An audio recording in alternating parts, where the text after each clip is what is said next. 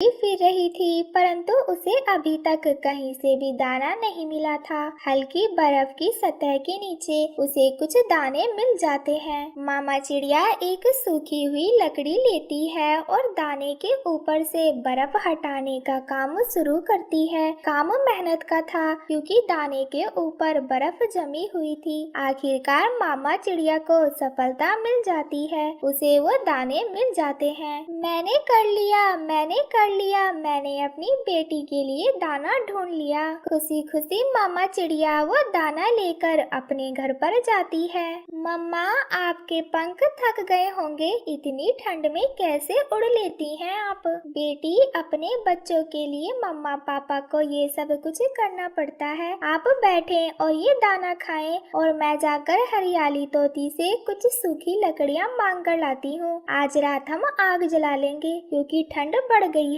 फिर मामा चिड़िया हरियाली तोती के घर पर चली जाती है। पीछे से गोरी कौवी, जो बहुत ही दुष्ट कौवी थी, वो चिड़िया के घर पर आती है और चिड़िया का लाया हुआ दाना गुड़िया से छीन लेती है। हटो, तुम्हारा पेट अभी तक भरा नहीं, दूसरे को भी खा लेने दो। परंतु आंटी, ये दाना मेरी मम्मा ढूंढ कर लाई है। भला ऐसे कोई किसी से भोजन छीनता है क्या? मैं छीनती हूँ, मैं गोरी कौवी। ऐसा कहकर गोरी कौवी दाना लेकर वहाँ से भाग जाती है। रानो चिड़िया भी हरियाली तोती से सूखी लकड़ियाँ ले लेती है। रानो बहन, क्या आपको दाना मिल गया है आज? हाँ हरियाली बहन, मैं तो भूखी हूँ, परंतु मेरी बेटी के लिए दाना मिल गया था आज। ऐसा कहकर मामा चिड़िया वो सूखी लकड़ियाँ लेकर अपने घर पर जाती है।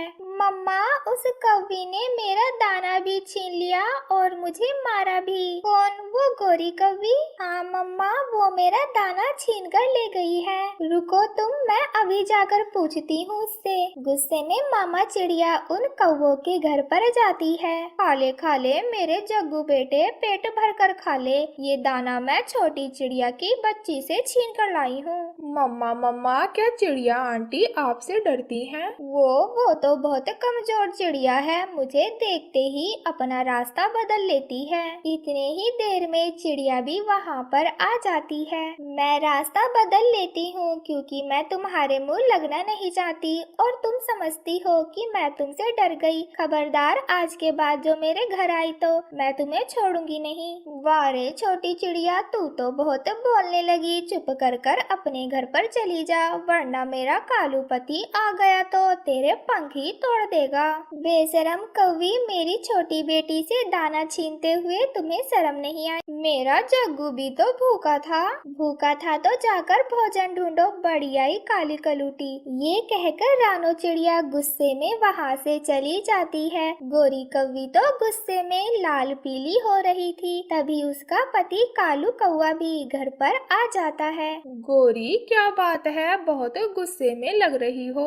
वो पिद्दी सी, वो कमजोर चिड़िया हमारे घर पर आई थी। पापा पापा, उस चिड़िया आंटी ने मम्मा को काली कलूटी कहा। कालू, मैंने उस पिद्दी चिड़िया के 2 दाने क्या छीन लिए, वो तो मेरे घर तक आ गई। कालू, तुम्हारे रहने का क्या फायदा, जब कोई पक्षी मुझसे डरता ही नहीं। गोरी, तुम चिंता ना करो, मैं उस चिड़िया को ऐसा सबक सिखाऊंगा कि वो जिंदगी भर याद रखेगी। दूसरे दिन कालू कौवा अपने दोस्त भूरे कौवे के पास जाता है। भूरे यार, उस छोटी चिड़िया ने मेरी पत्नी गोरी को बहुत भला बुरा कहा है, उसका कुछ करना होगा। ऐसा है तो मैं उस चिड़िया का घर ही तोड़ देता हूँ, इतनी ठंड में मरेगी चिड़िया और उसकी बेटी। इस काम के मैं तुम्हें 10 दाने दूंगा भूरे, तुम चिंता ना करो, समझो ये काम हो गया। मम्मा, मैं भी आज आपके साथ जाऊंगी। गुड़िया बेटी, अगर आप आज थक गई तो रात को रोना नहीं। मम्मा प्रॉमिस, मैं नहीं थकूंगी। ऐसे वो दोनों माँ बेटी दाना लेने चली जाती हैं। छिपकर कालू कौवे का दोस्त भूरा कौवा ये सब कुछ देख रहा था। चिड़िया जैसे ही दाना लेने जाती है, वो एक कुल्हाड़ा लेकर चिड़िया के घर पर आ जाता है और उसका घर तोड़ने लगता है। वो कौवा उसका पूरा घर ही तोड़ देता है और इधर उधर देखकर वहाँ से भाग जाता आता है। काम हो गया, लाओ मेरे 10 दाने दो। शाबाश भूरे, ये लो पूरे 10 दाने हैं, गिन लो। और ये तो बताओ, चिड़िया का पूरा घर ही तोड़ दिया है ना? हाँ हाँ कालू कौवे, अब से वो चिड़िया उस घर में नहीं रह पाएगी। कालू कौवा खुशी खुशी अपने घर पर चला जाता है। गोरी पत्नी जी, जाकर चिड़िया का घर देखो, मैंने उसका घर पूरी तरीके से तोड़ दिया है। आज रात चिड़िया और उसकी बेटी ठंड में ही मरेंगी। कालू, क्या तुमने सच कहा? क्या तुम सच कह रहे हो? मैं अभी जाकर देखती हूँ। गोरी कौवी चिड़िया का घर देखने के लिए जल्दी से भागती है। रानो चिड़िया और उसकी बेटी गुड़िया दाना लेकर वापस अपने घर पर आ जाती हैं। गुड़िया बेटी, हमारा तो घर टूटकर जमीन पर गिरा पड़ा है, ये सब कैसे हो सकता है? मम्मा, ये हमारा घर कैसे टूट गया? गुड़िया बेटी चुप हो जाओ, ऐसे रोने से कुछ भी नहीं होगा। हमें ठंड से बचने के लिए कुछ ना कुछ करना ही होगा। गोरी कौवी भी वहाँ पर आ जाती है। चिड़िया, ये तुम्हारा घर कैसे टूट गया? गोरी बहन, मुझे नहीं पता, मैं तो दाना लेने गई थी, आई तो देखा कि मेरा घर टूटा हुआ है। चिड़िया, अब तो तुम ठंड से मरोगी और तुम्हारी ये बेटी भी। वो बेआसरा चिड़िया अपनी बेटी को लेकर वहाँ से चली जाती है। वो दोनों एक घने जंगल के अंदर चले जाते हैं। रात भी होने वाली थी। आसमान में गहरे काले बादल छाए हुए थे। रानो चिड़िया अपनी बेटी गुड़िया से कहती है, गुड़िया बेटी, मुझे अच्छे से याद है, जब मैं छोटी थी तो मेरी मम्मा केलों के पत्तों से घर बनाया करती थी। मम्मा, क्या आप भी केलों के पत्तों से घर बना सकती हैं? हाँ गुड़िया बेटी, हमें रात गुजारने के लिए कुछ ना कुछ तो करना ही होगा, वरना हम तो ऐसे ठंड में मर ही जाएंगी। फिर मामा चिड़िया वहाँ के केलों के पत्तों से कुछ पत्ते तोड़ती है। वो दोनों माँ बेटी मिलकर कड़ी मेहनत कर कर एक केलों के पत्तों का बहुत ही सुंदर सा घर बना लेती हैं। अब उन दोनों को खुद को ठंड से बचाने के लिए एक छत मिल गई थी। रात भी हो जाती है। वो दोनों माँ बेटी केले के पत्तों के घर में अपने आप को बहुत ही सुरक्षित महसूस कर रही थी। आसमान में गहरे काले बादल तो थे ही, इसीलिए रात में तेज बरसात भी शुरू हो जाती है। बारिश तेज होने के साथ साथ हवा भी तेज हो जाती है। कालू और गोरी का घर तेज हवा में उड़ जाता है। कालू कालू, मुझे इस दरवाजे से बाहर निकालो, मेरा तो पंख ही टूट गया। परंतु कालू कौवा तो एकदम चुप था, क्योंकि एक बड़ी लकड़ी उसके सर पर जा गिरी, जिससे कालू कौवे की मौत वहीं पर हो गई थी। मम्मा मम्मा, पापा मर गए, पापा मर गए हैं। फिर जग्गू कौवा पूरी कोशिश करता है और अपनी मम्मा को दरवाजे के नीचे से बाहर निकालता है। जग्गू बेटा, तुम्हारे पापा मर गए, ऐसी तेज बारिश और ठंड में अब हम कहाँ पर जाएंगे? फिर गोरी और जग्गू उड़ते हैं। वो उड़ते उड़ते एक घने जंगल के अंदर पहुँच जाते हैं। गोरी के पंखों से खून बह रहा था, अब उसमें उड़ने की और ताकत ना थी। वो नीचे गिर जाती है। अपनी मम्मा की ऐसी हालत देखकर जग्गू कौवा बहुत ही रोता है। मम्मा बोले, प्लीज मम्मा कुछ तो बोले। परंतु गोरी कौवी कुछ नहीं बोलती है। जग्गू कौवे को बहुत ही ठंड लग रही थी। उसे सामने एक घर दिखाई देता है, जो कि चिड़िया का था। कोई है तो प्लीज मेरी मदद करे। छोटे कौवे, तुम तो जग्गू हो, आओ घर के अंदर आओ। आंटी, मेरे मम्मा पापा ने आपका घर तुड़वाया था, शायद उन्हें उसी की सजा मिली है। फिर जग्गू कौवा रानो चिड़िया को सारी बातें बता देता है। जग्गू बेटा, जो दूसरे का बुरा सोचता है उसका खुद ही बुरा होता है। चलो, मैं गोरी कौवी को जल्दी से घर पर लेकर आती हूँ। मैं उसके जख्मों पर मरहम लगा दूंगी तो वो बहुत ही जल्द ठीक हो जाएगी। फिर रानो चिड़िया गोरी कौवी को अपने घर पर लेकर आती है और उसके पंखों पर लेप लगा देती है। कुछ ही देर में गोरी कौवी एकदम ठीक हो जाती है। गुड़िया बेटी, चलो, अब हमारा घर तो बनकर तैयार हुआ। जी मम्मा, हमारे सपनों का घर, ये घर कितना प्यारा है। वो दोनों माँ बेटी ऐसे ही आपस में बातें कर रही थी कि दरवाजे पर दस्तक होती है। गुड़िया बेटी आप बैठे, मैं देखती हूँ इस समय कौन है। रानो जब घर से बाहर आती है तो कालू और गोरी बाहर खड़े थे।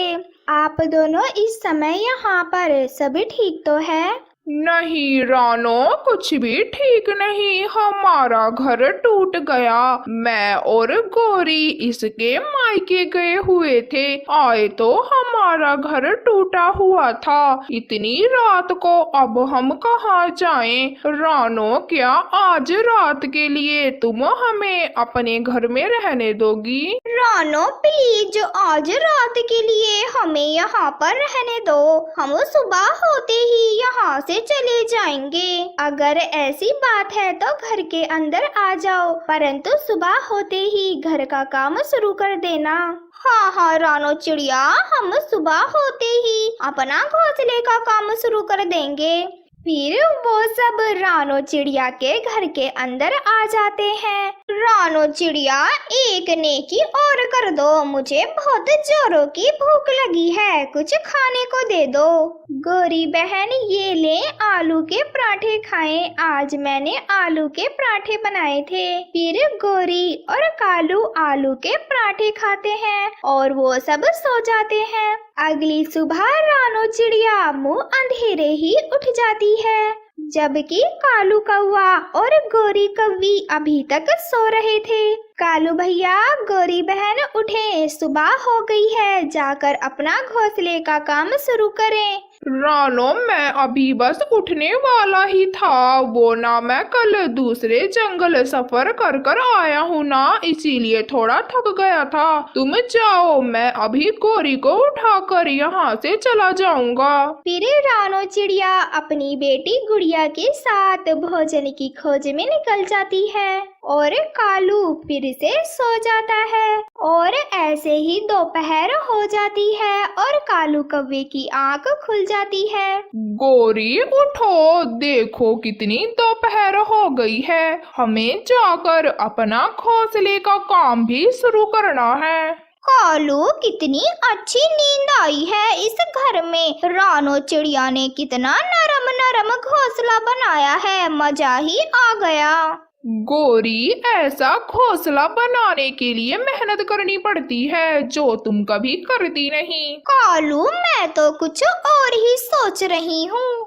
गोरी, अब क्या सोच रही हो? कहीं तुम्हारा इस घर पर कब्जा करने का इरादा तो नहीं? कालू, तुम्हें मेरी मन की बात का कैसे पता चल गया? मैं तो तुम्हारी रग रग से वाकिफ हूँ। तो कालू, तुम्हारा क्या ख्याल है? गोरी, मेरा भी वही ख्याल है जो तुम्हारा है। कालू, तो हमें बाहर जाने की जरूरत ही क्या है? चलो दरवाजा लॉक कर दो, वैसे भी घर में काफी भोजन पड़ा हुआ है चिड़िया का। जब चिड़िया आएगी तो हम दरवाजा ही नहीं खोलेंगे। फिर गोरी कौवी और कालू कौवा दोबारा से सो जाते हैं। ऐसे ही शाम भी हो जाती है। रानो चिड़िया अपनी बेटी गुड़िया के साथ दाना ढूंढकर आ जाती है। रानो चिड़िया जब आती है तो दरवाजा अंदर से लॉक था। रानो चिड़िया जोर से दरवाजा खटखटाती है। गोरी, लगता है रानो आ गई। तुम ठहरो, मैं अभी उसे यहाँ से भगाती हूँ। क्यों भाई चिड़िया, क्यों ऐसे दरवाजा बजा रही हो? दरवाजा तोड़ना है क्या? रानो चिड़िया तो गोरी की ऐसी बातें सुनकर एकदम हैरान हो जाती है। गोरी, दरवाजा खोलो, मुझे अंदर आना है और तुम अभी तक गए नहीं। क्यों? हम क्यों जाएं अपना घर छोड़कर? गोरी, ये तुम क्या कह रही हो? ये घर मेरा है, जल्दी से दरवाजा खोलो वरना मैं सभी पक्षियों को इकट्ठा कर लूंगी। जिसे भी इकट्ठा करना है कर लो, ये घर हमारा है। गोरी बहन, कृपया कर मेरे साथ ऐसा जुल्म ना करे। मैं इस समय अपनी बेटी को लेकर कहाँ जाऊँ? लेकिन गोरी कौवी रानो चिड़िया की एक नहीं सुनती और रानो चिड़िया बंद दरवाजा देखती रह जाती है। रानो चिड़िया के पास कोई दूसरा रास्ता ना था। वो अपनी बेटी के साथ एक पेड़ के नीचे जाकर बैठ जाती है। उस पेड़ के पास एक तरबूज की बेल थी जिस पर 2 तरबूज लगे हुए थे। तभी उस एक तरबूज से एक तितली बाहर आती है। चिड़िया, तुम इतनी उदास क्यों हो? गोरी और कालू ने मेरा घर छीन लिया। अब आप ही बताएं मैं क्या करूं? मैं अपनी बेटी के साथ रात कहां पर गुजारूंगी? चिड़िया, मैं तुम्हारी मदद कर सकती हूँ। परंतु आप कैसे?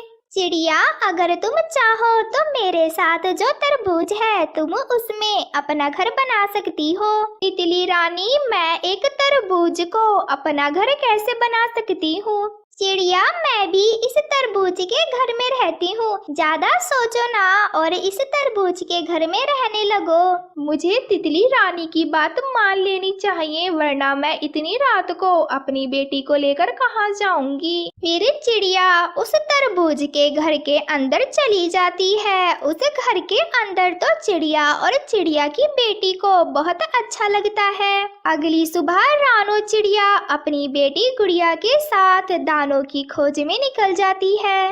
देखा कालू, मैंने कैसे रानो चिड़िया को डराया। वो दोबारा नहीं आई अपना घर मांगने। गोरी, वैसे तुम हो तो बड़ी शैतान, दूसरों की चीजों पर कब्जा करना कोई तुमसे सीखे।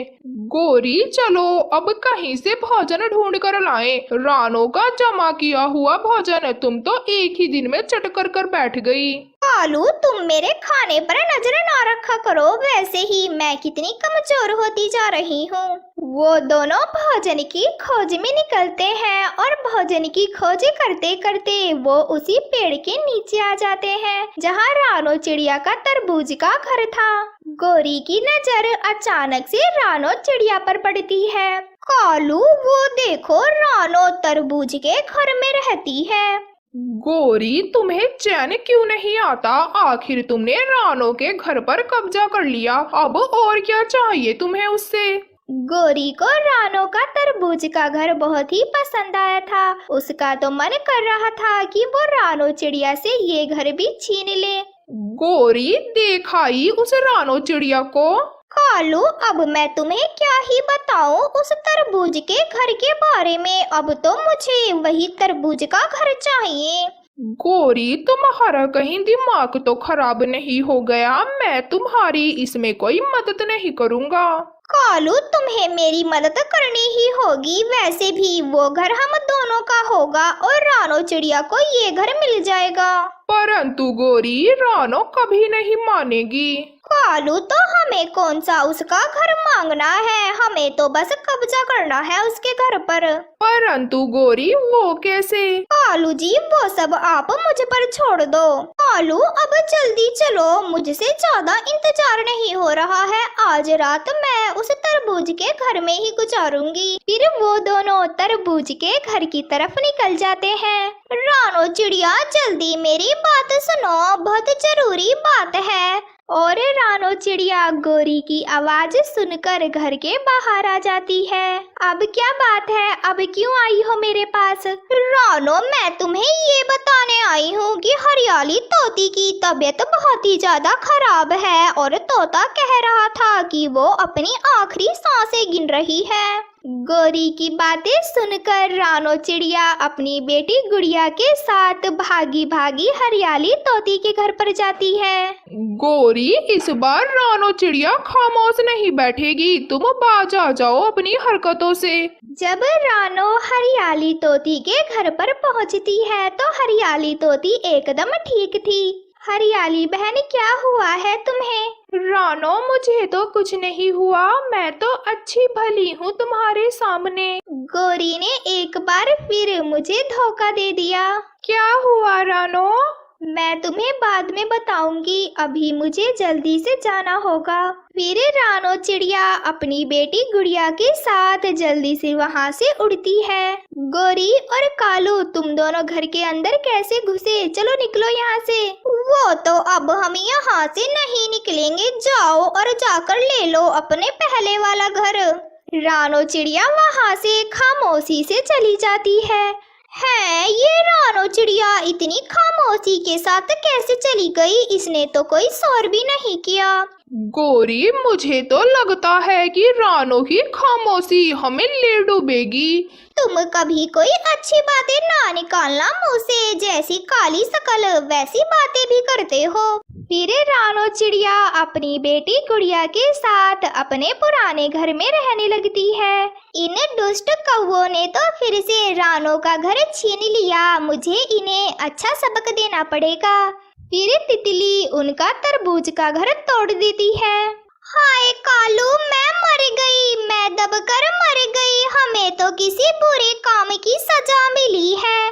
गोरी, हम जो रानो के साथ करते हैं हमें उसी का फल मिला है। दूर किसी जंगल में टोनी चिड़िया अपने बेटे चीकू के साथ रहती थी। कुछ दिनों से टोनी चिड़िया बहुत बीमार थी, इसीलिए बरसात आने से पहले वह अपने लिए सुरक्षित घर नहीं बना पाई थी, इसीलिए वह बहुत ज़्यादा परेशान थी। और फिर टोनी चिड़िया अपने बेटे चीकू से कहती है, चीकू बेटा, सब पक्षियों ने अपना अपना घर बना लिया है, लेकिन हमारे पास घर नहीं है।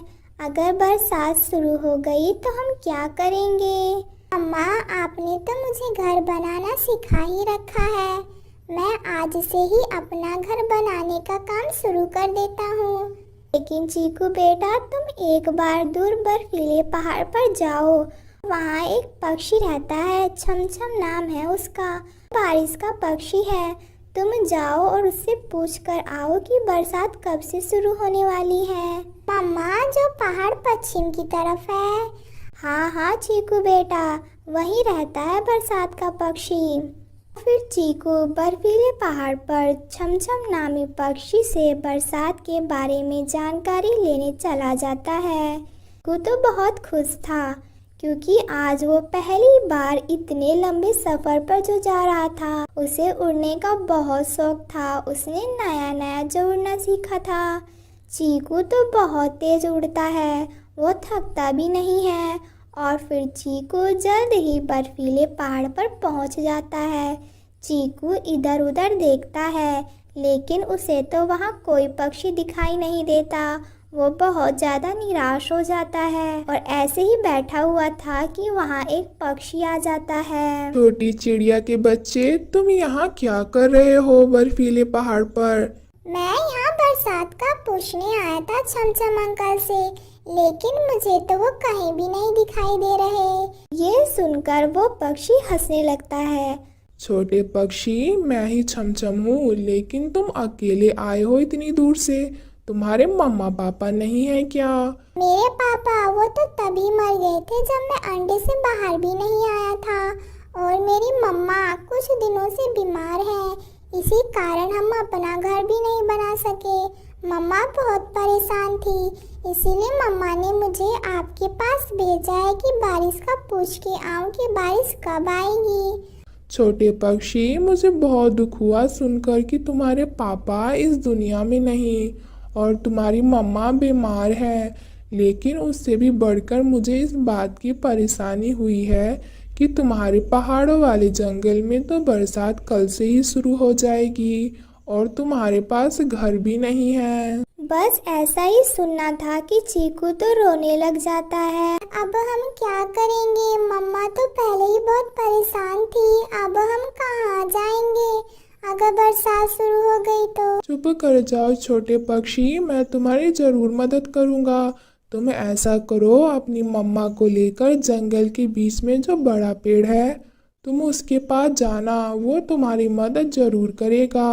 और हाँ, उसे ये बता देना कि तुम माँ बेटों को छमछम ने भेजा है।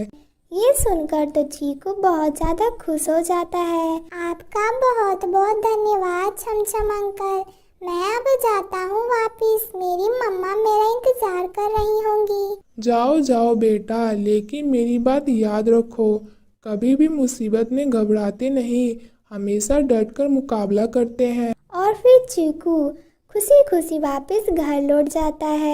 चीकू बेटा, क्या आपको चमचम अंकल मिले थे? हाँ मम्मा, छमछम अंकल मिल गए थे मुझे, और छमछम अंकल ने मुझे बताया कि हमारे जंगल में बरसात कल से ही शुरू हो जाएगी। ये सुनकर तो टोनी चिड़िया बहुत ज़्यादा दुखी हो जाती है। अब हम क्या करेंगे? मैं अपने बेटे को इस बरसात में सुरक्षित नहीं रख सकी। लेकिन मम्मा, छमछम अंकल ने बताया कि जंगल के बीच में जो बड़ा पेड़ है, अगर हम उसके पास जाएं तो वह हमारी जरूर मदद करेगा।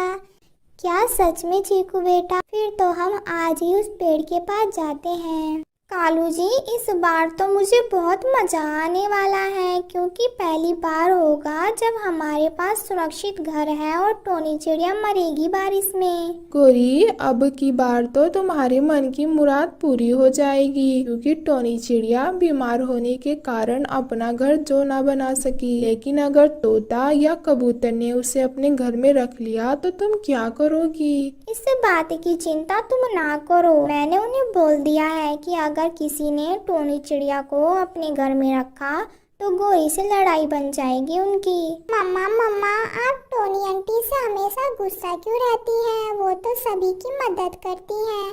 चुप कर जग्गू, बहुत बोलने लगे हो अपने पापा की तरह तुम्हें नहीं पता मुझे उसे दुखी देखकर कितना अच्छा लगता है। और टोनी चिड़िया उस बड़े वाले पेड़ के पास चली जाती है। बड़े पेड़ जी, मैं टोनी चिड़िया हूँ, इस जंगल में रहती हूँ। इस साल बीमार होने के कारण मैं अपना घर ना बना सकी, इसलिए मैं बहुत ज्यादा परेशान थी। लेकिन छमछम ने बताया कि मैं आपके पास जाऊं। छमछम बहुत अच्छा पक्षी है, वो हमेशा अच्छे पक्षियों की मदद करता है। चिड़िया, तुम ऐसा करो, मेरे तने में जो छेद है उसमें बैठ जाओ और मुझे ही अपना घर बना लो। मैं तुम्हें बारिश से भी सुरक्षित रखूंगा और तुम्हें भोजन भी देता रहूंगा।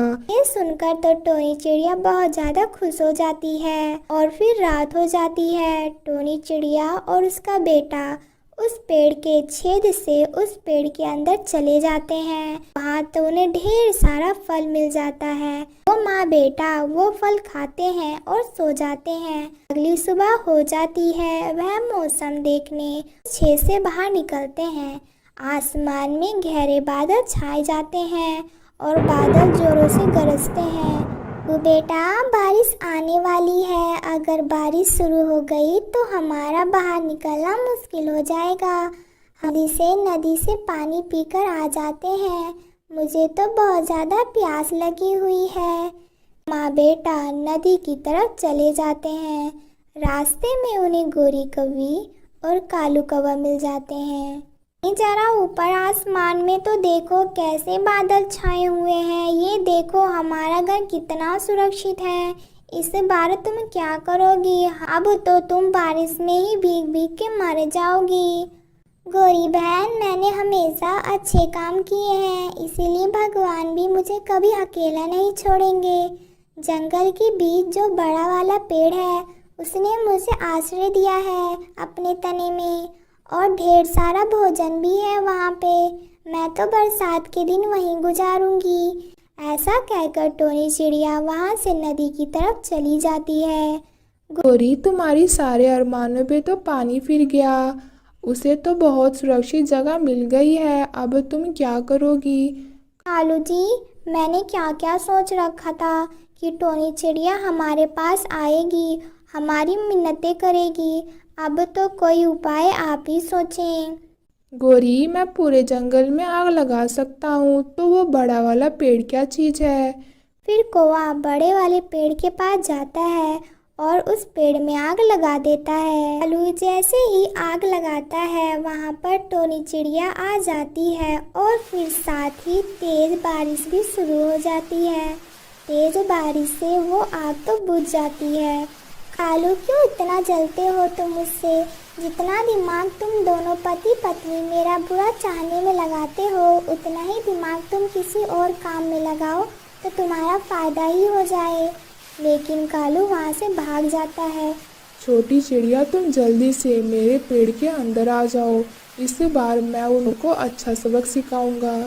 चिड़िया और उसका बेटा चीकू जल्दी से पेड़ के अंदर चले जाते हैं और वो पेड़ अपने साथी पेड़ से कहता है, दोस्त, मेरा संदेश आगे पहुंचा दो उस पेड़ तक जिस पर गोरी कौवी और कालू कौवा रहते हैं, और उस पेड़ से कहना कि उनका घर गिरा दे। ये मेरा आदेश है।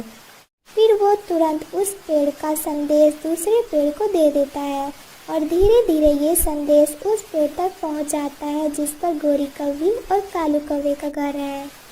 मैं अभी बड़े पेड़ का संदेश को मानता हूँ और इनका घर अभी गिरा देता हूँ।